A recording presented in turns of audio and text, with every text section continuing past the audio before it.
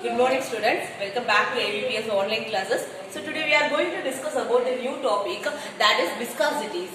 See, in last classes what we have seen, can you remember that in that topic what is called surface tensions and what are their properties, these are all discussed, okay. Then the new topic today we are going to see about the viscosity.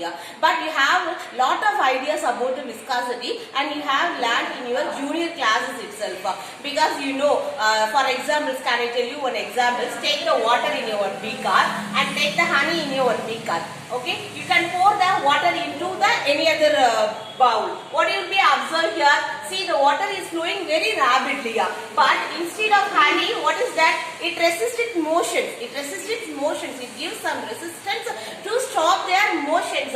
So, did you observe the differences between the water and the honey? Can you observe it in your junior classes? Yes. So, this is called as the viscosity. So, the best examples for viscosity is the honey. Okay. So, now we are going to see about that what is viscosity, what is Stokes law, and how will you apply these and all in terminal velocities. So, these are we are going to discuss in our today classes. Okay. See here, students, what is viscosity? So, this is the property of a fluid that resists the forces and tending to cause the fluid to flow. That resist, what is called resistance? You know that in resistance means in electrical circuits you know about that resistance. Resistance means to stop their motions. So that it is performed in the fluids. You know that this topic is a mechanical properties of the fluids. So what is called fluids? Liquids and gases are called as the fluids. So that it is tending to cause the fluid to flow. So these are analogous and to the frictions in the solids also. Okay. So from that example itself we can know what is the differences between the water and the honey. So this is the definitions about the viscosities. Okay. And next topic we are going to find out the what is the coefficient of viscosity. Because in physics every term has been denoted by some other letters. Similarly, viscosity is also be denoted by some letters. That it is called meta. It is denoted by beta. It is denoted by letter beta. Okay. And it is nothing. It is defined as the ratio of the shearing stress to the strain rate. It is defined as the shearing stress to the strain rate. And these and all also you are having the ideas in elasticity. In chapter 9 we have discussed about what is called stress, change in length divided by original length and strain. And these and all we already discussed. So you have lot of ideas about it. So see how you have applied these laws to the viscosity. These are we are going to see now. See, the coefficient of viscosity means that it is used to measure the degree to which a fluid resists the motions when we have applied force. See, whatever applied forces you are doing on that object, it must perform, it must make the fluid to stop the resistance. That is called as the coefficient of viscosity and it is denoted by letter beta. Okay, so can you got it, ma? So what we have seen today, what is viscosity? Viscosity, it is the property to resist the motion of the fluid. And what is the definition? It is defined as the ratio of the shearing stress to the strain rate. And third one, how will you define that? How will you denote that letter? That is beta. Okay. Yes. Next, what is the shearing strain? You know that the shearing strain is the change in length divided by original length. Let us see how I can give some one example. Okay, you can take one metal plate. Okay, this metal plate length is A, B, C, D. Now you have to stress in the fluids and make some displacement. So the displacement is happened here is the new form. See here, this is the new form, that is D, E, F, G. So this is the another form. Okay. So this is the original leg. It makes some displacement after it poured from the water. So it makes a displacement as delta X. The displacement can be denoted as delta X. So what is the shearing strain formula? The length. What is the length? The metal plate length can be written as L. So what is the formula for shearing strain? The shearing strain can be written as, it is defined as the ratio of the change in length divided by the original length. Change in length divided by the original length. See that, so that I am denoting the shearing strain is equal to delta X divided by L. So what is called strain rate? You know that strain rate. Strain rate means that is the change in displacement. Rate. What is the rate?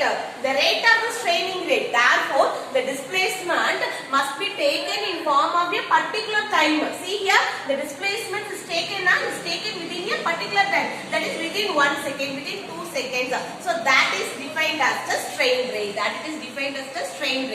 Therefore, strain rate is equal to delta x divided by t. Therefore, eta. What is eta? Eta is equal to shearing stress divided by shearing strain rate. Shearing rate. So what is the shearing rate? That is delta x divided by t. That means the displacement which is taken within a particular time. So that is called as the strain rate. Okay. So neta. What is the definition? Already you know that the coefficient of viscosity definitions can be written as shearing stress divided by strain rate. You got that equation. Is it right? So what is shearing stress? That is force by area. The shearing stress formula can be written as force by area, because it is also be, you know that is the pressure. Stress is also be called as pressure. Can you remember that in first unit we have discussed about the dimension analysis. In dimension analysis, the stress and pressures which also having the same dimension formula. Okay, so these and all will be asked in your NEET one word. Okay, see, so the stress is called nothing, that is the pressure. That formula is force by area. Okay, and what is the strain rate? That is delta x divided by delta x. That is delta x divided by L. So that's L, and the strain rate can be written as delta x divided by T. So in order to write it, see here L and T. So rearrange the term. That is F divided by A. And whatever the term in the denominator, this goes to the numerator. So it will be changed to L. And what is the remaining term I got it? That is delta x divided by time. So that distance which changes according to time. What is the term? You know that velocity formula. What is the velocity formula? That is distance divided by time taken. What is the velocity formula? Distance divided by time taken. So that distance can be taken as delta x and time can be taken as the t. Okay. Therefore delta x divided by t. This is the formula. And so I can replace with this delta x divided by t, which is equal to velocity v. So what is the remaining term you got it? That is force, length, velocity, area. Okay, so this is the formula you got in the neta. Okay, and similarly, so you can also be written into that. That is velocity into length. This can be written as the time. See, next time what I am writing here? V velocity divided by length, which can be written as the time. So again I will replace that formula. Therefore you know that what is the force? According to Newton's second law, what is the force? F is equal to m into A. So I am writing the term F is equal to m into A. That is mass into accelerations divided by area. The area term can be as it is whatever you are writing in the above term. But the velocity divided by length term can be written as the time. Okay. Now I am applying the dimension formula. Can you remember the dimension? What are the terms you are using? That is mass, length, time. So these are the terms you have using. That is, what is the mass here? See, the mass m can be written as the m. And what is the acceleration? That a term can be written as the L t power minus 2. Can you remember that acceleration formula? Acceleration is equal to velocity divided by time taken. Therefore again velocity is distance by time taken. So you got it that acceleration is equal to L t power minus 2. Can you remember, students, or I will explain this. See, acceleration is equal to velocity divided by time taken. And what is the velocity? Distance divided by time taken into time. So you got it, that is distance is L t square. So you can write this L t power minus 2. L t power minus 2. So that I am writing this m into A. That is mass term can be written as capital M. And the acceleration term can be written as L t power minus 2 divided by what is the area? You know that area formula, length into breadth. So length into breadth means that it is L into L, which is can be represented as L square. And what is the t? T means time. As it is in the dimension formula, the time term can be taken as it is time only. Therefore you can write this is the t. Okay. Therefore see, cancel all those the common term whatever you are having in numerator and denominator. Here L square. So cancel it. What do you get it here? L. And similarly, here t power minus 2 and here t. So cancel it up. So what is the term you got it here? That is m L power minus 1 t power minus 1. So this is the dimension analysis for the coefficient of viscosity. This is the dimensional analysis for the coefficient of viscosity. That can be written in the form of m L power minus 1 T power minus 1. So this is the formula. So can you got it, students? So what is the term we have observed here? First of all, what is viscosity? What is the coefficient of viscosity? And from the coefficient of viscosity, you are defining by using the definition, the ratio of the shearing stress to the strain rate. And from that, and finally, you got it that formula, neta is equal to m L power minus 1 T power minus 1. Okay? Yes. Next topic is Stokes' law. The next topic is Stokes' law. So what is called Stokes' law? See, begun upon that viscous force is continuously Stokes' law. The Stokes' law is... Yes. Next topic is Stokes' law. So today we are going to see about the Stokes' law. So what is the Stokes' law? The force that retards a sphere moving through a viscous fluid, and it is directly proportional to the velocity and the radius of the sphere and the viscosity of the fluid. Okay. See here in Stokes' law, the viscous force, the force term. See in here, the Stokes' law formula cannot be derived, but it can be taken directly according to some other examples. Okay. See, now I am going to explain that what is that Stokes' law. In here, the Stokes' law means easily you can say that. What is the Stokes' law? The Stokes' law formula can be written as that is 6 into pi into eta into r into v. This is the term of the Stokes' law force. See here, what is the eta? You know that. That is the force which is directly proportional to coefficient of viscosity. And see here, the force is directly proportional to radius. And see the force which is directly proportional to the velocity.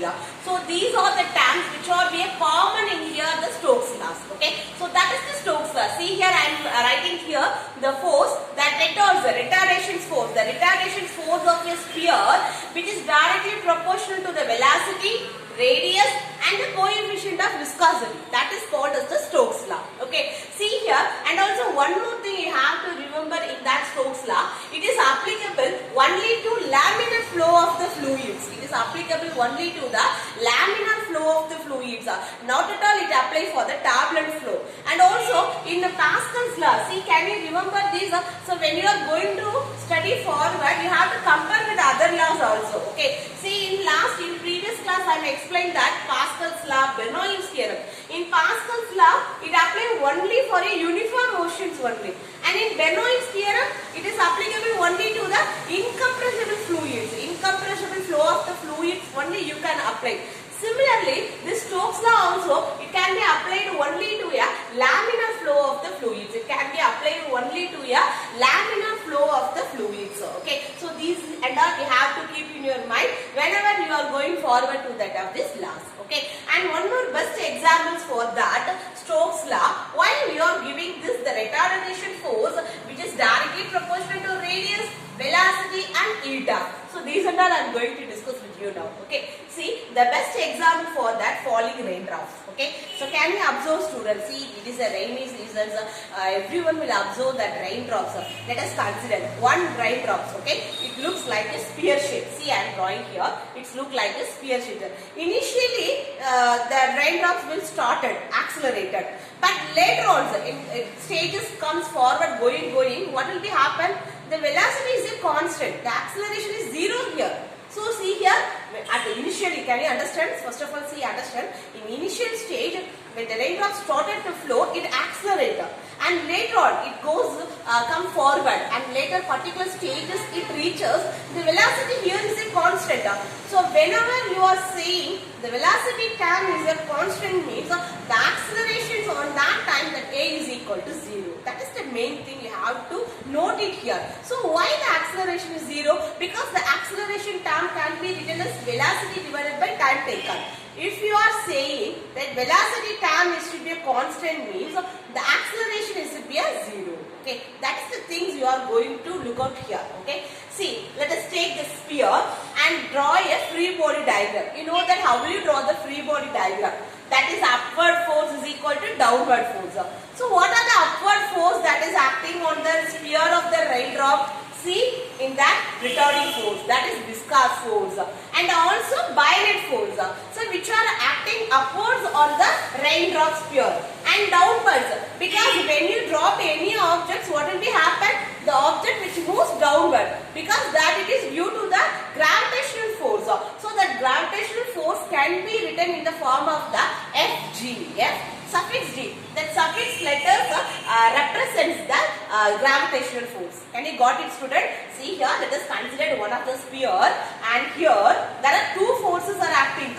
One is the retarding force, another one is the bayonet force. Can you remember what is called bayonet force? You have already learned in your junior classes. This bayonet force is also be called as the upthrust force. What is the upthrust force? When an object flows down towards the fluid, due to the pressure exerted by the fluid, there is an upthrust force. That upthrust force is called as the bayonet force. You have a clear idea about that upthrust force on in junior classes itself. So now we have emerging all the forces. So what are the upward forces? The retarding forces, the bayonet forces, and what is the downward forces? That is the gravitational forces here. So when I am balancing all the forces, how will you write that? That is upward force is equal to downward force. How will you balancing that? That is upward force which is equal to downward force. Therefore, you can write that Fg is equal to Fv, which is equal to Fb. Is it right? Yes, sir. When I am balancing all the forces, the net force, balancing all the forces, it is in equilibrium. So what is called equilibrium? The net force is equal to 0. That it is called equilibrium. So I am writing that the net force is equal to 0. The net force which is equal to 0. Therefore you can write that F is equal to Ma. You know that the gravitational force formula you can write in a simple way. That is F is equal to M into A. Here I am saying that the net force is equal to 0. So whenever you are saying that net force is equal to 0, and what is the acceleration term? That acceleration term is also be written as A is equal to 0. So that's why I am saying in initial stages when the raindrop is accelerating, and finally see after the finally particular stages the velocity should be 0, because the acceleration is a constant there. So that I am proving that the acceleration is a constant, that is A is equal to 0. The next topic is terminal velocities. So what is called terminal velocity? See, the terminal velocity, the maximum velocity of your body moving through a viscous liquid. The maximum velocity of your body moving through a viscous fluid. That it is called as the terminal velocities. Okay. So the retarding force. See, whenever the retarding force means it is written as the Fv. Okay. The retarding force is increases means the velocity term is also be increases. Already I said now at a particular stage, one particular stage it reaches means the velocity which comes to a 0 stages. Okay, so that is I am writing that stages, when the stages reaches that the velocity term which is equal to 0. Okay, so what is called terminal velocity? The maximum velocity of your body moving through a viscous fluid. That it is called as the terminal velocities. Okay, so now I am going to explain you how will you derive the terminal velocities. See, if it is a Stokes law means you can easily say that. What is the formula of Stokes law? 6 into pi into eta into r into v. That is called Stokes law. Similarly, you can also be written in the terminal velocities. In terminal velocities, how we can write that? So the velocity which reaches a maximum now. So what is the maximum velocity? That is v is equal to vt. So whenever it reaches the velocity maximum means you can write that. That is the viscous force which is equal to that of the gravitational force. See here, with the velocity which is equal to the terminal velocity which is equal to the maximum velocity means that viscous force which is equal to that of the gravitational force. When the viscous force is equal to gravitational force means you can write it by using the similar formula. So viscous force means you know that what is the Stokes law formula? 6 into pi into eta into r into v. Okay, and what is the Fg? Fg means you know that the Newton's second law formula. F is equal to m into a. That is m into a formula can be written as g. That is the acceleration due to gravity. That can be written as the g. Okay. See, what is the mass here? So you know that the density formula, density is equal to mass divided by volume. And from that, mass is equal to density into volume. What is the mass? Mass is equal to density into volume. So what I am doing here, see in that raindrop, which is in the raindrop density is sigma, and it is in the medium, the air medium now. So So it has the density as the sigma. So see here, the density can be varied according to that medium, according to that of the raindrop. So I am writing here, see, that is mass is equal to density into volume, and here the density, what is the upward density? You can take sigma, and downward density you can take as a rho. So I am writing upward minus downward means rho minus sigma. So the density formula can be written as a, similarly you can write in the medium means rho sigma into V. So when I am comparing this formula, you can write M is equal to rho minus sigma into V. Okay, and here that V is the volume. Note it, ma. Here the V is not a velocity. Here the V is the volume, because you know the density formula is equal to mass by volume. Mass by volume. So I am writing here rho minus sigma into volume into G. Therefore, replacing, next step replacing, because what you have to replacing, the velocity which can reaches the maximum velocity is Vt. So I am replacing that V is equal to Vt. Therefore, when you are replacing the Vt, what are the remaining terms you got it here? That is rho minus sigma 4 by 3 pi r cube. This is volume. Volume of the sphere, you know the formula now? Volume of the sphere means pi r cube. This is the formula. Okay. Pi r cube into G, divided by, what are the term in this numerator? It comes to the denominator term. That is 6 into pi into neta into r. Next cancel. R cancel. So you got it r square, and then cancel the, see here. How will you cancel here? 2 2s are 4. 2 2s are 4 and 3 2s are 6. Again see here 3. 3 3s are 9. So I am writing 9 and pi term is cancelled. Therefore 9 into eta. What are the term remaining? You got it. That is G 2 r square rho minus sigma, which is called as the terminal velocity. It is called as the terminal velocities. Can you got it? See here, how will you find out the expressions? Very important questions. See here, the velocity terms. In order to find the maximum velocity, you are replacing that velocity V is equal to Vt. Okay. And next step, what I am doing here, the upward force is equal to downward force. What is the upward force? That is retarding force, which is equal to the gravitational force. And retarding force, according to the Stokes law, you know that 6 into pi into neta into r into V. So I am writing that formula. And here the gravitational force formula can be written as mass into acceleration. You know that. What is the formula for F? F is equal to m into a. And again that acceleration which is due to gravity. So I am replacing a is equal to g. So that I am writing the term Fg is equal to m into g. And next step I am writing here. What is the mass? Density into volume. So the density term can be written as according to that of the raindrop and that of the medium. So upward minus downward. So I am writing that rho minus sigma. What is the volume? 4 by 3 pi r cube into G, divided by 6 into pi into neta into r. And again cancelling all those common values in the numerator and denominator. And finally you got it that terminal velocity into 2 into r square rho minus sigma G, divided by 9 into eta. Can you understand, sir? So thank you, students.